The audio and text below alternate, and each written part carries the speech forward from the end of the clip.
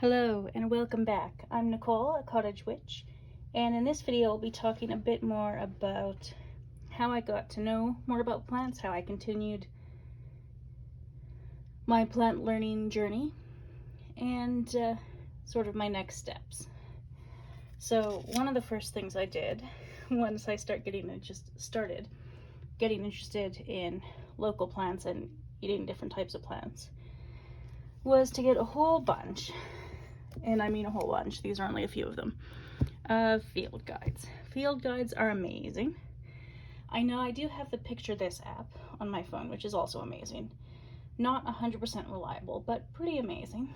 But I still use these because I think there's value in just sitting with a plant, especially maybe counterintuitively, the ones with the line drawings where you can really focus on the shapes of the leaves.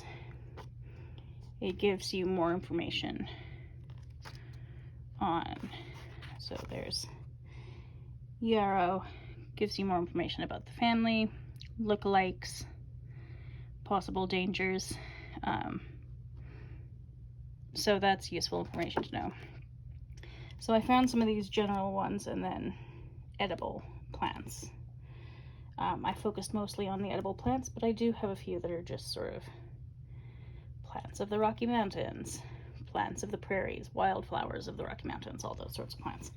So these are edible and medicinal plants of the Rockies, and I'm not quite in the Rockies, but close to. So this one works for me, and this one is more Eastern and Central North America. I thought I had one somewhere of Western North America, but can I seem to find it? I sure can't.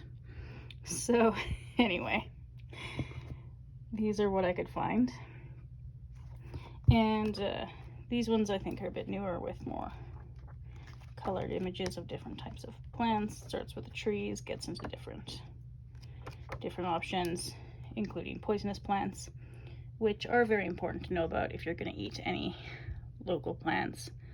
You need to know about the poisonous ones, especially the poisonous lookalikes, because that one I think is debatable. But something like poison hemlock, very not debatable. You do not want to be eating that one.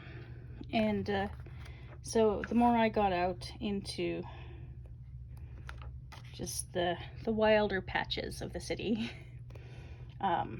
and you end up with, scrapes on your legs and that sort of thing, then it becomes more important to learn about the plants that are there that are edible, the plants that are potentially harmful. This one has some recipes for wild food for those folks who maybe never used wild foods before, which is quite fun. If you haven't had a wild strawberry before, you are very much missing out. They are phenomenal. And yeah, so lots of recipes in this particular The Path to Wild Food book. And I think this is the sort of book that, where I live anyway, you can just get it at the grocery store often. So it doesn't take a lot of searching for. Yeah, so I started with these. And then I wanted to know more about the uses of plants. So I found how to use the used book sale. Clearly, in this case, this is a pretty beaten up book, but these are a couple of herbal classics. A Modern Herbal by Mrs. M. Grieve and the Herb Book by John List. They're very well known within herbalist communities. And basically, I haven't read them all the way through, but as you can see, I've marked a lot of plants. And basically they just list the plant, the botanical name, common names, what parts you use, which is important because sometimes a plant like rhubarb can have edible stalks and quite poisonous leaves. And then properties and uses, so you can properly identify it and then properly use it if there are any dosing. So here, for example, it says only use tansy under medical supervision, which I would be inclined to agree with. It's potentially quite dangerous. So it includes a lot of useful information along those lines. as does this massive book, which I think is usually printed in 2 volumes these days because it is enormous. And it is very similar, but has a slightly different selection of plants. So they both have a lot of plants, but neither of them have every plant. So you can see slippery elm. It includes different names for it, a description. This one also includes more detailed descriptions and more of the folklore of plants, if there is folklore to do with a plant, which is, I think that's pretty interesting. I'm always interested in the folklore of plants. There are some illustrations, but not a lot. So this isn't the sort of book I would use to identify plants, although it does include descriptions, which are useful. And occasionally recipes, some of them quite old, like, you know, ancient Roman recipes in some cases. So this one I've used quite a lot. But then at one point, I wanted to get into more specific, more culturally specific information about plants. So I sort of took a 2-pronged approach to that, because on the one hand, I wanted to explore the plant traditions of countries where I have ancestors, which is about 10 different European countries. So that complicates things a bit. So I've got a book about Ireland's trees, myths, legends, and folklore. So it's pretty heavy on the folklore, which is a lot of fun. So it talks about some of the superstitions to do with different plants. And these are interesting because not only is that my ancestral heritage, but sometimes you can find these plants in Canada. Not all of them. This one is Scottish Herbs and Fairy Lore, which I think I've mentioned before. There's a section in the middle where she goes over traditional uses and folklore of different plants. So there's apple, ash, barley. There are other sections as well in this one. Does it have an? Yes, it does. Here we go. So she goes over the druids, the old gods, lore of the elements, stones, bones, and talismans, holy days, life passages, divination, and then she gets to the herbal, which is what personally interested me the most, although the rest of it was interesting too.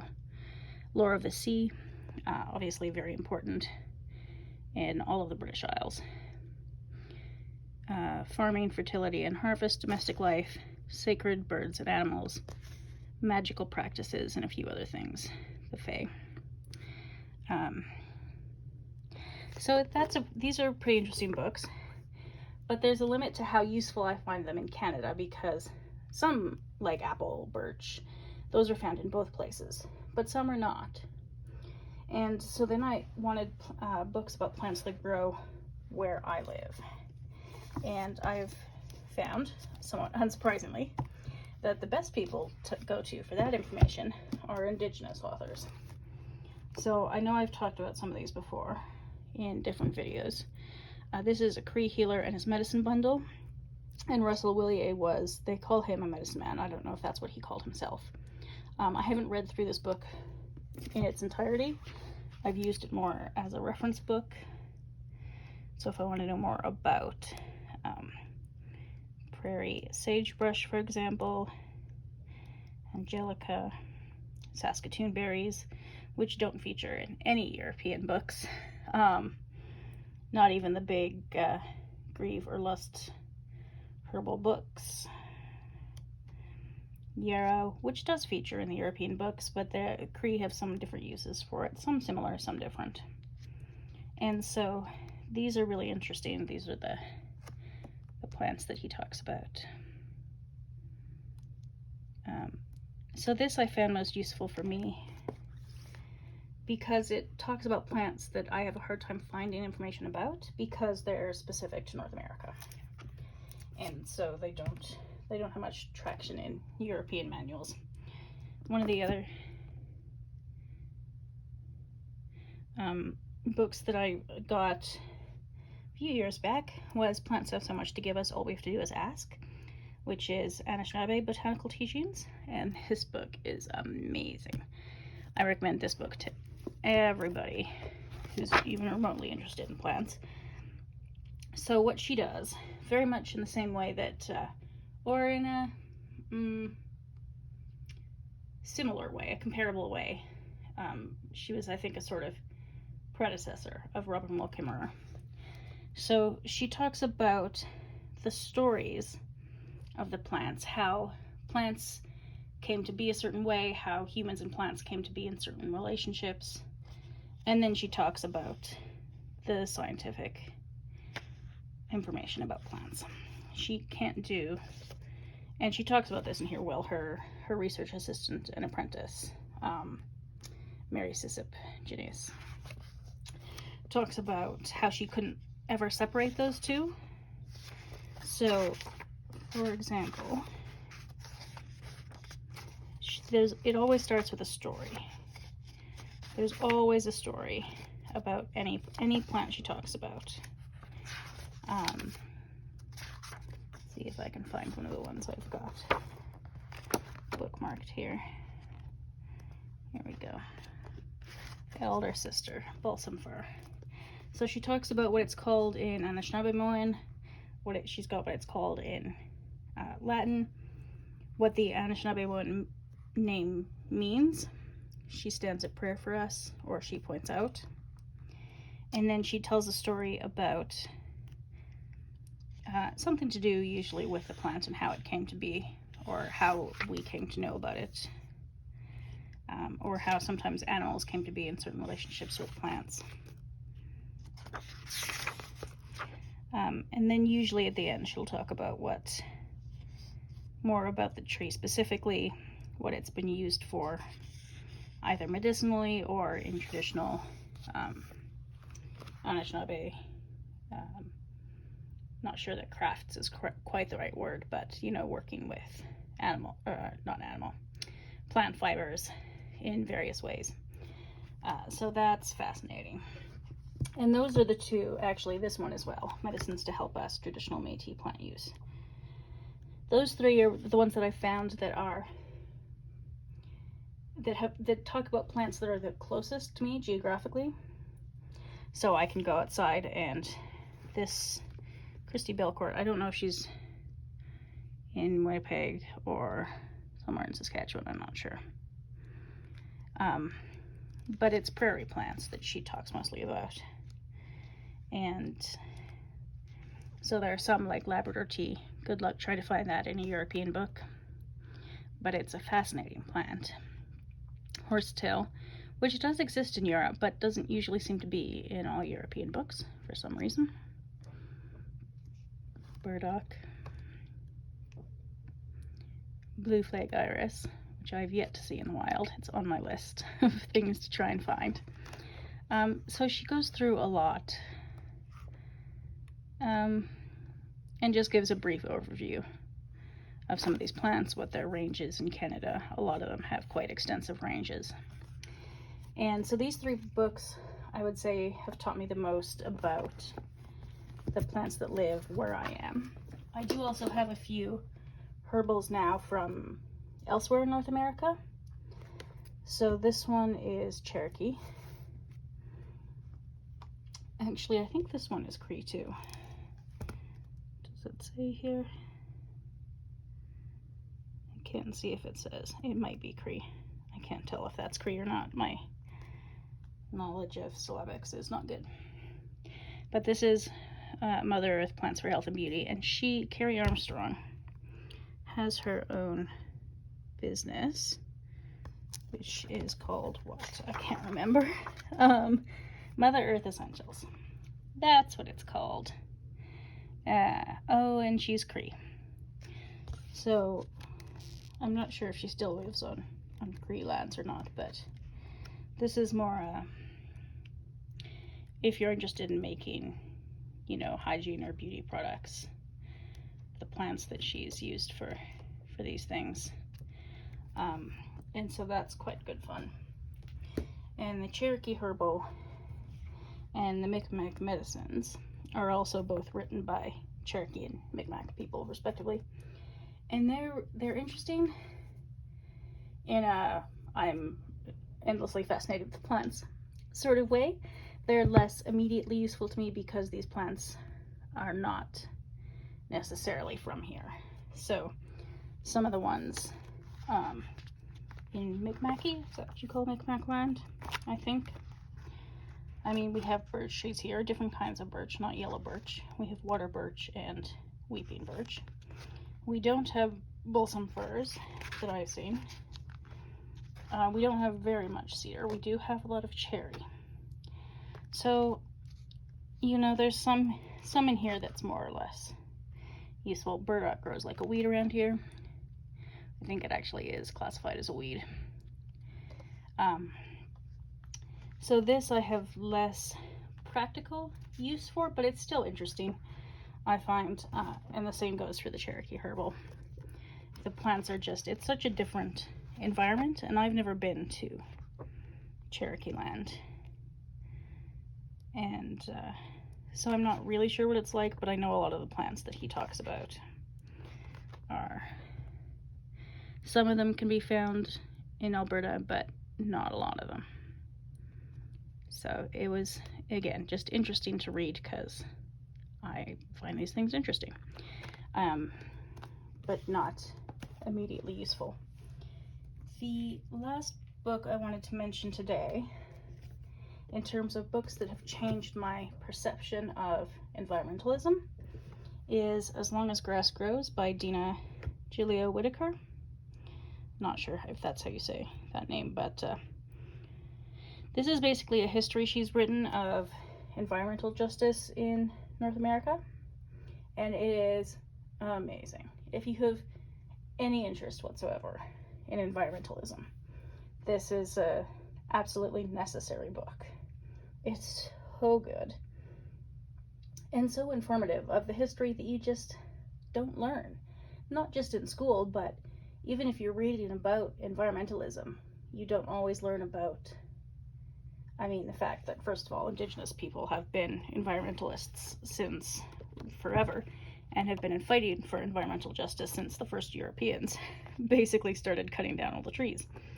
So there's quite a lot in here. Is she an academic? She's a lecturer of American Indian Studies at California State University. So it doesn't come across as very dry, which is good. It's a very interesting book, but she does know what she's talking about. So she goes into some of the history of Indigenous people and environmental injustices that have been perpetuated on them in the land, and food and water and all these sorts of things. She talks about, I know at one point she talks about the formation of government parks and government land to try and protect the environment, and the conflicts that creates between settlers and Indigenous folks. So it's really, it's all the history about environmentalism that I didn't know I wanted to know, but I really wanted to know. And Vandana Shiva blurbed it. Okay, that's cool. Yeah, it's an amazing history. If you're at all interested in history or environmentalism, it's a really, it was a pivotal book for me in terms of just understanding more of the context of environmentalism currently in Canada and in the US, because our lands are really closely connected, and what one country does impacts the other in terms of environmentalism. So it's I really can't say enough good things about how brilliant this book is, and it's on my list of books to reread because I have to refresh my memory every now and again. Thank you for watching, and I'll see you next time.